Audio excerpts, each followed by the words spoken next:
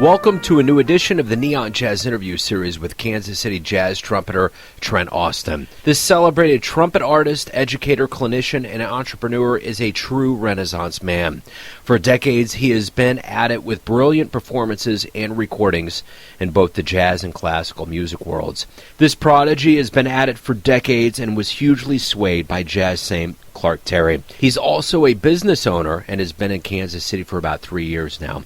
Over the years, he's graced the stage with the likes of Tony Bennett, Natalie Cole, Joe Williams, Clark Terry, Bob Brookmeyer, Maria Schneider, Peter Erskine, Arturo Sandoval, Kenny Werner, and so many others. His groove, path, and history in jazz is astounding. Enjoy the story of a Kansas City treasure. It's been a long time coming. The first time I caught up with you was last year at one of the outdoor concerts hosted by Jackie Myers, and again the other night with Jim, so it's great to talk to you. Thanks for taking a minute out. Total pleasure. Thanks for having me. You bet. So, as we were kind of touching on before we were recording, you know, obviously the elephant in the room has been COVID. It's really put the brakes on everybody and everything. Things are starting to wake up. So kind of give me an idea before we go into what you're doing and how things are opening up. How did you survive the whole COVID shutdown? How did you find out that everything was closing down and the world was going to be altered? Well, I might want to preface this by saying that performing for me is not necessarily a profession anymore. I did perform and tour professionally for probably 20 years, but then I opened my own business, which also got crushed by COVID, of course, like as most other businesses. Like everybody else, it's sort of just, I was doing trade shows, and I remember going to the NAMM show in January, and there were some murmurs about, hey, there's something going on in Asia. Yeah, okay. And then a few weeks later, we had the TMAA show, Texas Music Educators show. Of course, everything's big because it's Texas. You know, we started hearing about people in San Antonio, first confirmed case of COVID in San Antonio. So it was like, okay, this is something is going on here. Meanwhile, I have so many dear friends and musicians and musical colleagues who live in New York, and they're all like, this is bad.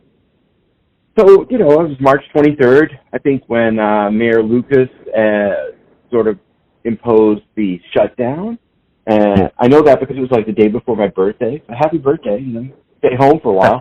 and everybody dreams of, I think, you know, when we're all working, everybody dreams of the, you know, hey, we're going to go home and this will be great, you know, and that lasted maybe 3 or 4 days. And then it was like, okay, I'd like to get out of my house now. It sure beats the alternative. I did lose a family member indirectly to COVID. Couldn't get into the hospital because of the shutdown. And anyways, so yeah, we've all been through tremendous loss and of course financially, being a musician, this past year has been brutal for so many of my friends.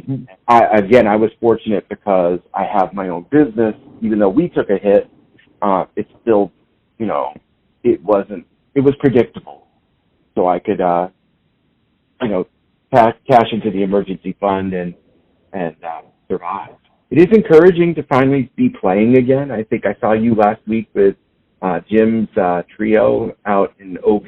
That was just so wonderful to play music with a band again. And this is like how much we took that for granted, how much we took hugs and high fives and, you know, smiles even. You know, it's hard to smile through a mask.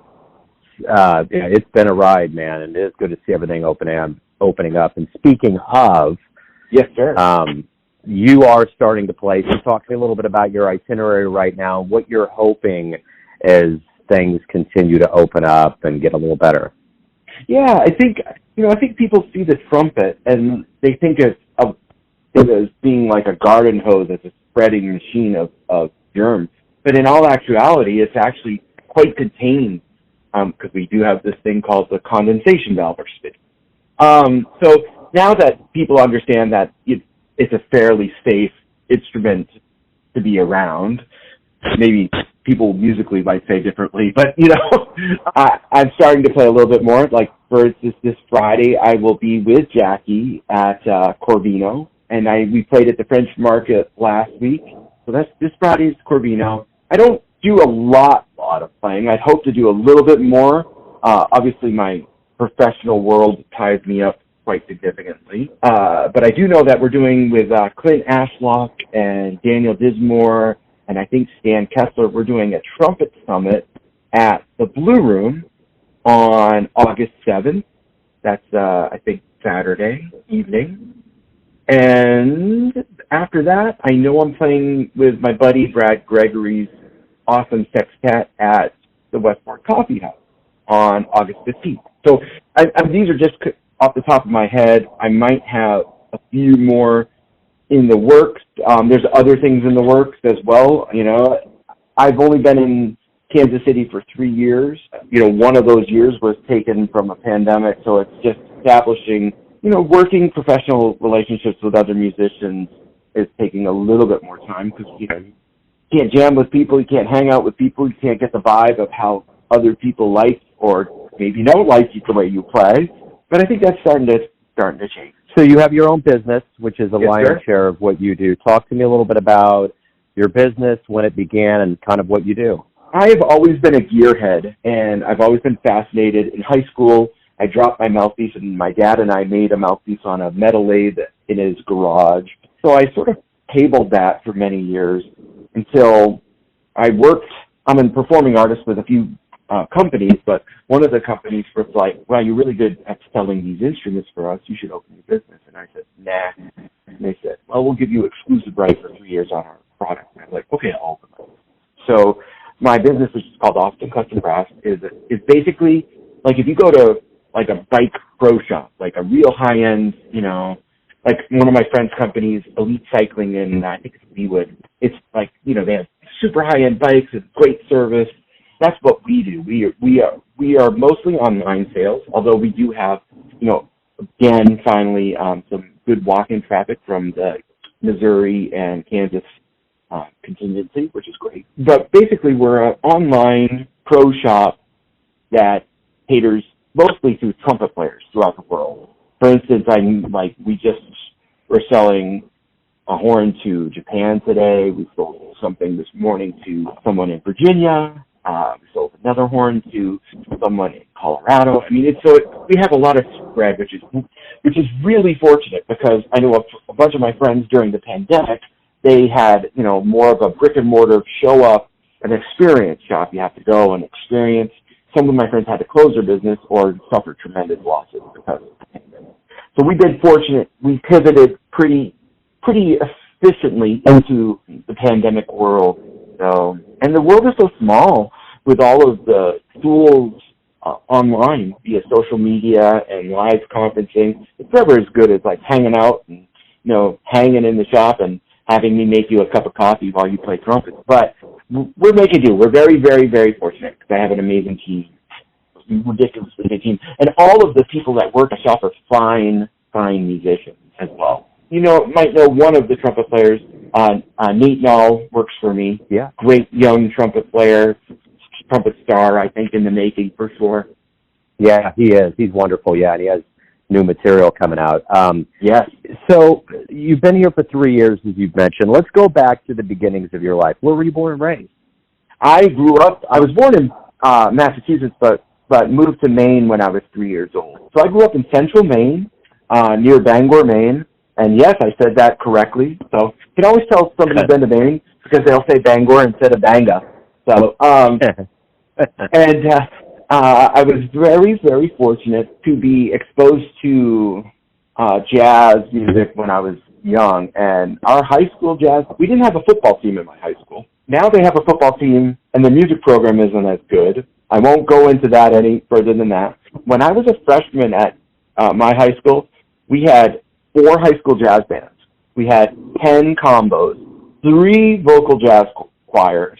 It was kind of ridiculous. I just thought that was normal. Because when you're young and you're a freshman, impressionable young person, you just thought, well, this is what I do. So it was just like from that, I knew pretty early on that I wanted to have music play an absolute vital part of my life. So I grew up in Maine, then went to school in New Hampshire and Boston, and lived mostly in Boston. I lived in Boston for about 20 years. My wife, who works in the government, got an opportunity to become the audiovisual archivist at the Truman Library. She grew up in Lawrence, Kansas, but moved to Maine when she was young, and that's how we, started dating. We decided that Kansas City was a pretty hip town. When I visited, I had played here many years ago. Like, I had played here with Natalie Cole, I would say maybe mid-90s. Kansas City was a rough town back then. And so I had an impression of Kansas City that completely shifted when I visited in 2017. I visited in 2017, and I was like, I absolutely adore this city. It's hard not to love a city where everybody's nice. It's hard not to love a city without traffic. It's really hard not to love the pace of life, which is definitely slower and more relaxed than where I had previously lived, Boston or New York. What would you say were musical influences on you early on that really formed and shaped the way that you wanted to approach the instrument? Now, I was very, very, very lucky. I had great teachers and who were trumpet players. My middle school band director. I think anybody who's a middle school band director is a hero. I had one of my lesson students a couple days ago tell me that they're getting a job as a middle school band director, and I was like, man, you're my hero. I can't wait to see what you do. But now he's my hero. But I think a sophomore in high school, I met Clark Terry for the first time. He was so nice, so welcoming, so kind to this kid from Central Maine who said, man, I transcribed your solo, and I played it for him. And then I didn't see him for about a year and a half. I got a scholarship to go to UNH. UNH is the University of New Hampshire. Clark got his first honorary doctorate there in 1976. Clark invited me to go play at his camp. And I said, well, I would love to do it, but I don't really have enough money to do it. I can't afford it. He goes, show up at the airport this day. He paid for everything. And it's like these are the things that really inspire me, and reason Clark Terry is absolutely the greatest. He's definitely my greatest trumpet hero, but he's more than that. He's the greatest person I've ever met. If anybody out there who's listening hasn't watched the documentary on Clark's life, it's called Keep On Keeping On. You really deserve to enjoy such a heartwarming story, and that was Clark's life throughout his entire life. So Clark was definitely my biggest mentor, and still every note I play is for Clark there. I think one of the things that we do when we go to music school and we get so obsessed about being great technicians and great musicians is we forget that our primary role as entertainers. We still have to make sure that when somebody leaves the concert, they're smiling, they have a good time, they feel positive. And I think that's a vitally important thing that Clark taught me when I was real young. Because here was this virtuosic player who could play absolutely anything. Man, you couldn't help but having a huge grin on your face. So that's always been my mentor. Of course, I've had other mentors. I studied with some really great people. And in Boston, I played with a lot of great musicians. But Clark is always going to be my number one. Now, what was the movie that they made with Justin Coughlin? That's the one. That's what it's called. Okay. Keep on keeping on. We had a beautiful, the last time I saw Clark was at his 94th birthday. A bunch of us who were either, in Clark's big bands back in the day, or some of his students, proteges, whatever you want to call us, we all went to Clark's house and we hung out while Clark was very ill, was blind, could barely hear, and we had a big band playing all of Clark's tunes in his living room, and it was so much fun, and he was in great spirits that day. And I remember at 3 o'clock in the morning, because Clark was always he would have loved the Foundation, because he would be at that session. Clark was always hanging out late. I remember when I was hanging with him at UNH, it would be 7 o'clock in the morning. We'd still be up talking and playing trumpet. And I'd be, Clark, I got a class in an hour. He's like, oh, that's cool. I got to go to bed.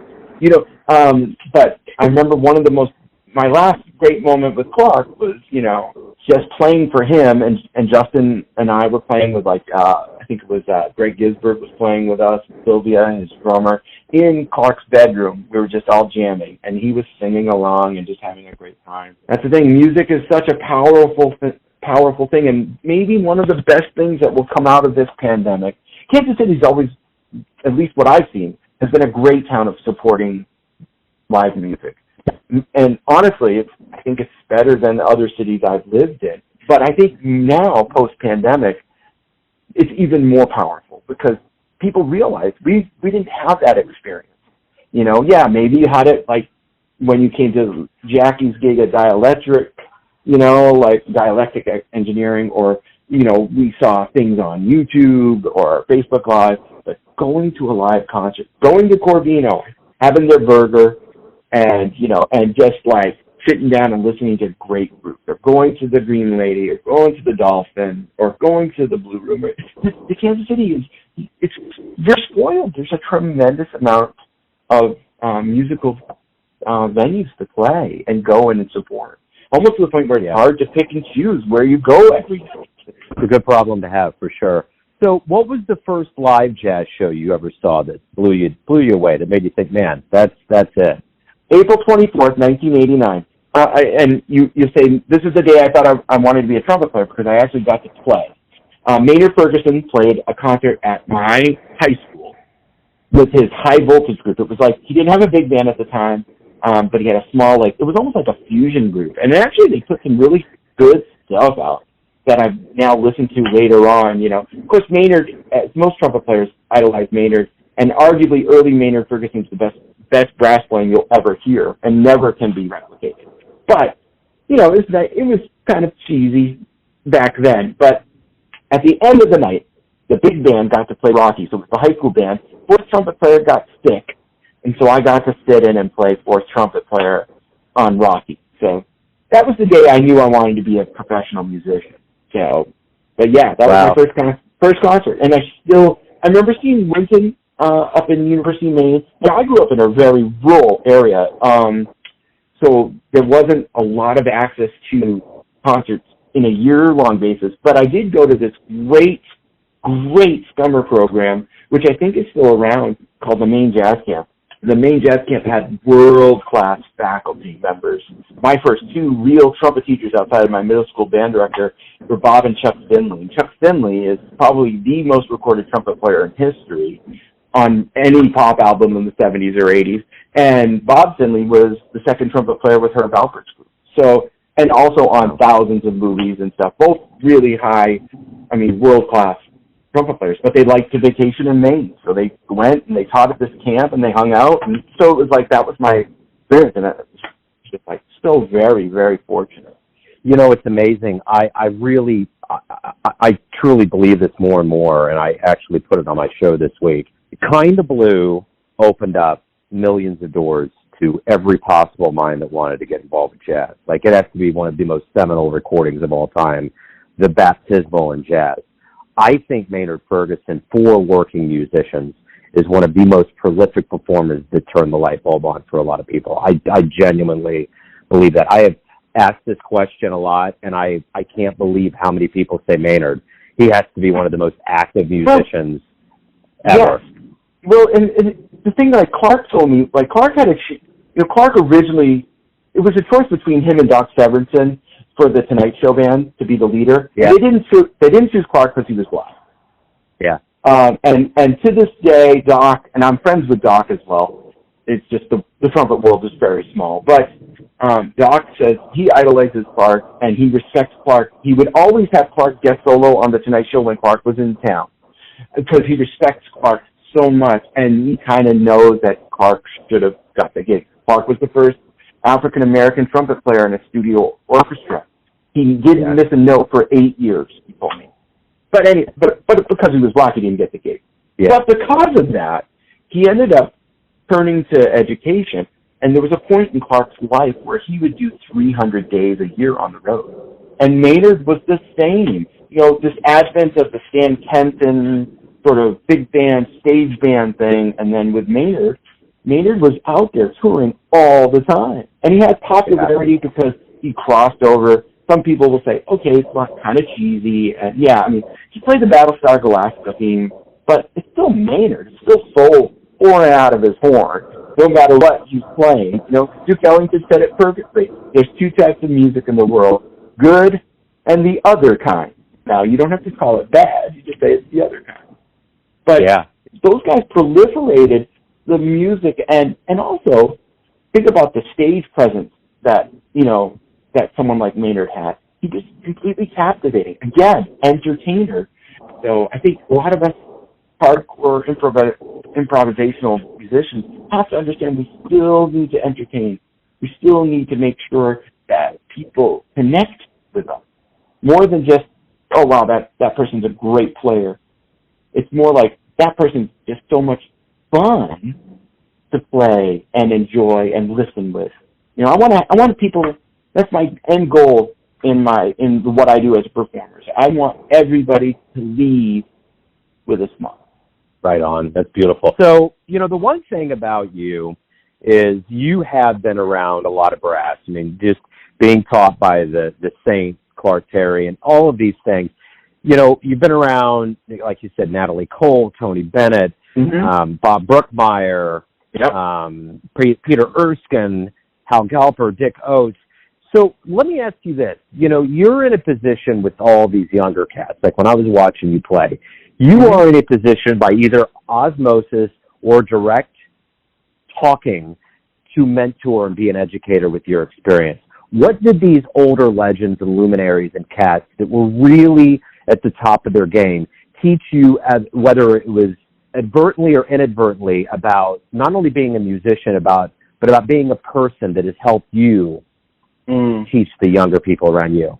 Well, I mean, I taught college for 9 years before I opened my business, so I was I still teach and I have a passion for teaching, but it's different. The only teaching I do nowadays, besides my, you know, small group of very dedicated students, is where I'll go to a university and guest solo with their big band, or I'll go to a high school, or even better, go to a middle school and work with very impressionable young future stars of music. One thing, I mean, Clark Terry did it perfect. He never put anybody down when he was working with them. It was never demeaning. It was always like, hey, you know, that's cool. Try it this way. Or, hey, really listen and see what I'm saying. Even with the person that will never understand the base concept of swing, for instance, he had this ability to transcend, you know, maybe an overtly negative situation and just really just share love, and love for the music, and love for proliferating the language, which is improvisation. So that's maybe the big thing. I mean, I've had other aggressive teachers who have set out straight. I mean, I'm very fortunate to study with Hal Crook. Hal Crook is one of the greatest musical minds I've ever met. One of, if not maybe the greatest musical mind I've ever met. And he's a kid. Yeah, he's older than me. I hope he doesn't hear this because he'll bash me at that. But he's a guy that grew up in a rough, tough neighborhood in Providence, and he's just like great shooter. You know, no BS. So sometimes this is a little bit like, I always say that I have an East Coast attitude when I need it. And sometimes you have to push that. You know, sometimes you have to read, it's about reading a relationship and understanding, like, you know, for instance, on a gig, you know, especially if you're a side person. This is something that's very hard for a lot of younger musicians to comprehend.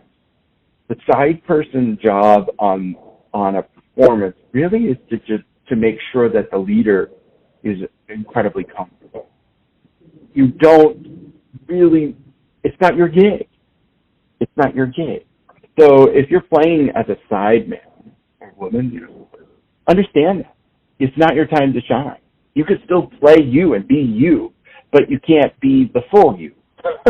I don't think, you know, like, I don't know if that makes sense, but there's a lot of things that I think, unfortunately, don't get taught. Part of that is something like this, is this feeling of like, hey, how should you act on a gig? You know, like, what do you need to do? Like, what are some of the base levels of professionalism? You know, like, I try to never, ever play with music unless it's something like, for instance, Brad Gregory's thing, where it's actually written arrangements for 3 or 4 horns. But if it's just a small group thing, I will never play with music. I will learn whatever I need to learn, or I'll just play something else. Because, like, that's an unwritten rule. It's like, and it drives me crazy because a lot of musicians don't know that. But, sorry, that's me being an old bastard. But You know, my first jam session I did when I was in high school, I drove 2.5 hours to Portland, Maine from where I live, and I brought a real book up on stage, and the old trombonist who was a great mentor of mine, named Don Doan, he took my real book and he threw it across the stage. He's like, get that. You bleep it out, right? He goes, get that shit off the stand. And I was like, okay. And then he goes, play a tune that you know. And I eventually called a tune that I knew, and afterwards, he was like, kid, that was great. Just remember, the real books are for the practice room, but when you get on stage, you don't play out the book. And it was like, that was the first lesson I learned when I was 15 on a jam session. And that's intimidating. But you could take it two ways. You could be like, oh, I suck and I can't do it. Or you could be like, okay, this is the way to do it, and I need to keep doing it. A bit of an old bastard philosophy, but, you know, something I try to do. I love improvisation, and it's not, and it doesn't, you know, I think, I don't necessarily, to be perfectly honest, I don't really like the word jazz and the connotations to early upbringings of the musical nature of, you know, how our black music developed. I feel very privileged and honored to play music from people like Louis Armstrong and Duke Ellington, Miles Davis, the people that proliferated music, are heroes in that, Clark Terry. But I love the following: the spontaneity it creates, the interactive qualities it can present, both in good moments in music and in those moments where,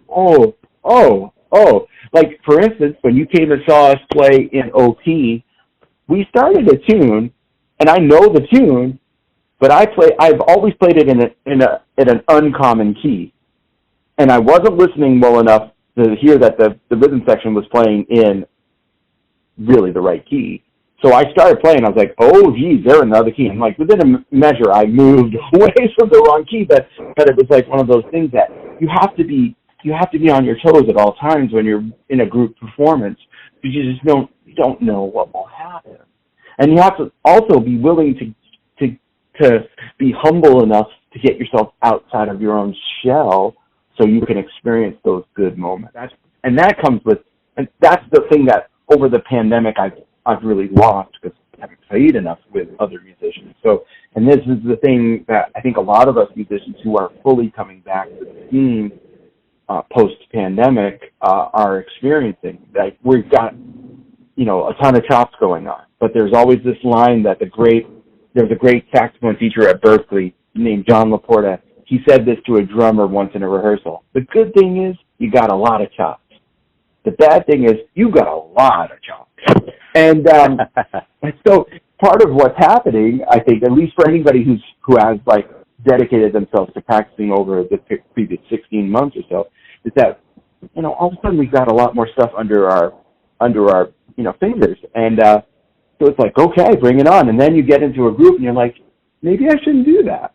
You know, that's where like the genius of Miles Davis came in. Miles went to Juilliard, so he's obviously an incredible technician of his instrument. Yet when you listen to Miles Davis play, you never hear technique for technique's sake.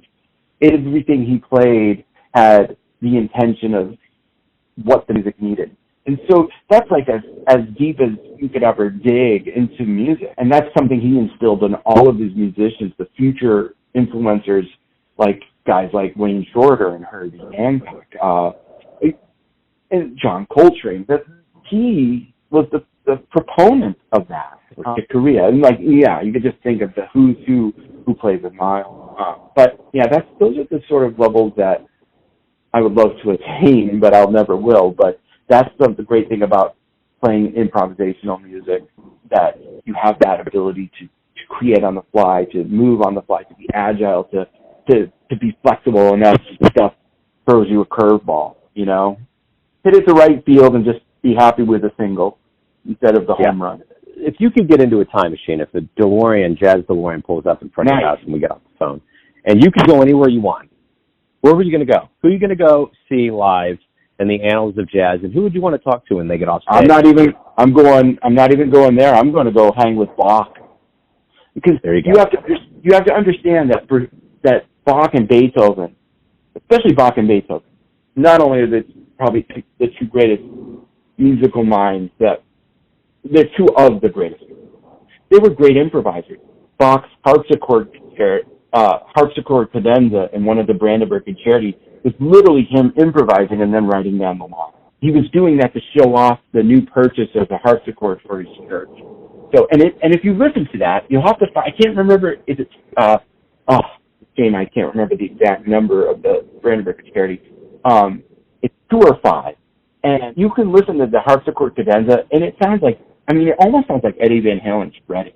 I am not kidding you. So it's just pure genius from 1700, right? Yeah. Beethoven was well known being an improvising musician. We can't see it because what we have is the legacy of what they wrote, and obviously an incredible legacy. So that's where I would go first. I would be hanging out with J.S. Bach and like jamming on a modern trumpet versus what the pain that he inflicted on his old trumpet players who didn't have the advent of piston valves and modern equipment. But anyways, yeah, those would be the two guys. If you're talking about post 1900, I would really like to hear Louis Armstrong in his prime. I would love to stand in front of that bell in 1933, 1934. I would love to experience the sound and the way the sound of John Coltrane's saxophone wrapped around you. I'd love to watch Bird and see how his mind works. I would love just to sit in a club and hear Bill Evans and see where his journeys with him. It's like those things, of course. Would definitely love to hear Ellington's band around the same. I'm biased because I love Clark, but I would love to see that Ellington at Newport band and really experience like those 18 choruses that Paul Gonsalves plays on diminuendo and crescendo and blues. Those things. Yeah, and I would love to be the fly on the wall in that. So what do you like the best about Kansas City? Oh, man, there's so much to like. And it's funny because it's like I went home and I went home to see my family, and I thought honestly, someone asked me this at my gig on Saturday. A friend of ours came and we were hanging after the gig, and he's like, so when you came back to Kansas City, was it like I just came back for home or I'm coming home? And I thought that was a hip question to ask. And I said, Kansas City's home. And partly why it's home, and I'll tell you, the people like, when I moved here, the people like Stan Kessler, who literally welcomed me with a hug, and that's not how it happens in Boston. And I think that's partly because East Coasters have a rough and gruff mentality. We have to keep our eyes out for ourselves. But the Midwest people are like, they're very welcoming. Another friend and colleague, Mike Corrigan, who owns BAC, a great musical company here in Kansas City, when I was thinking about moving here, I called him. And I thought he might be really pissed because I'm moving my shop and we're competitors, even though we're really not. We're colleagues. We do different things.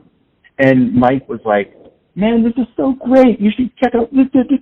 He was so welcoming. So what I like about Kansas City, number one, without a doubt, are the people. Everybody here. I have not played with a musician that I wouldn't want to play with again. And I cannot tell you that didn't happen when I was in New York, and that didn't happen when I was in Boston. That's a compliment to everybody who is a musician in the scene. Everybody is just in.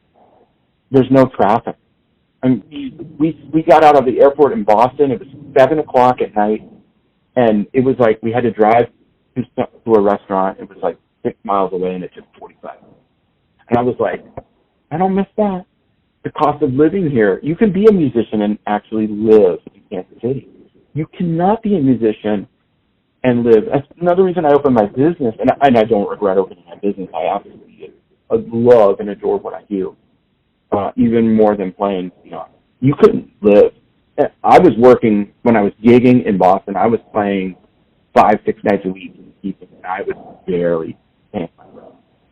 So I can afford a house here. I can afford a decent quality of life.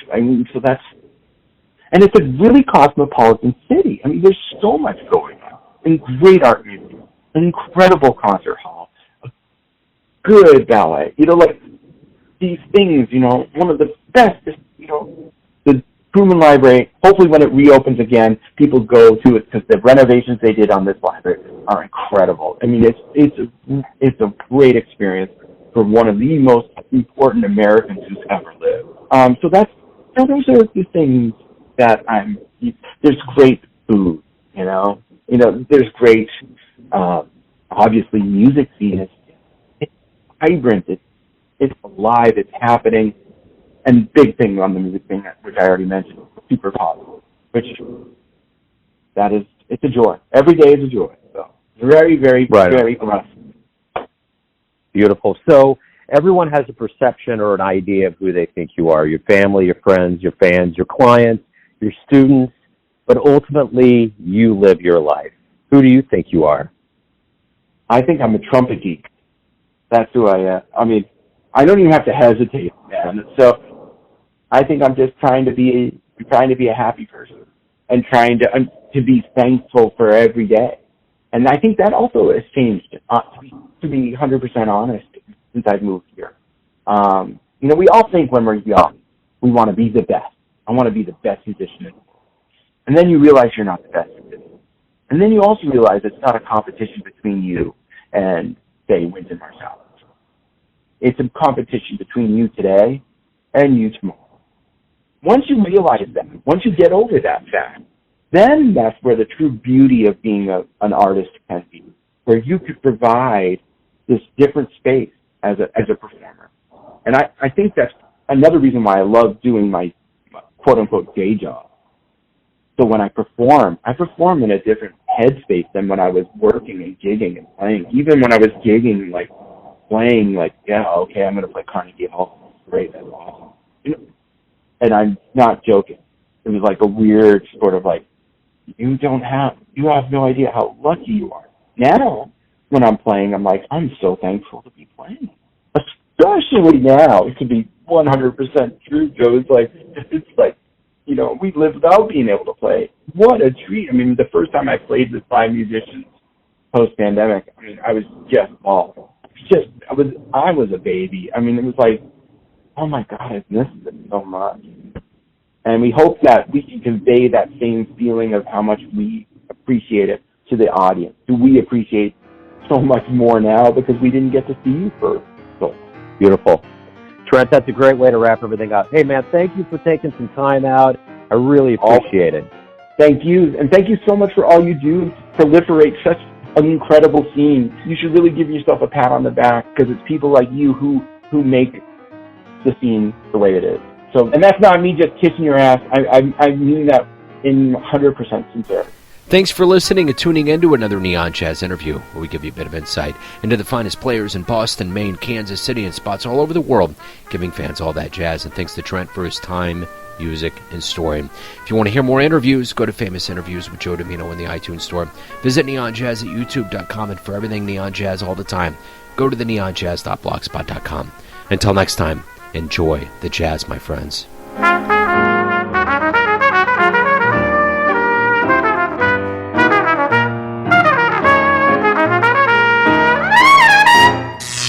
Neon Jazz.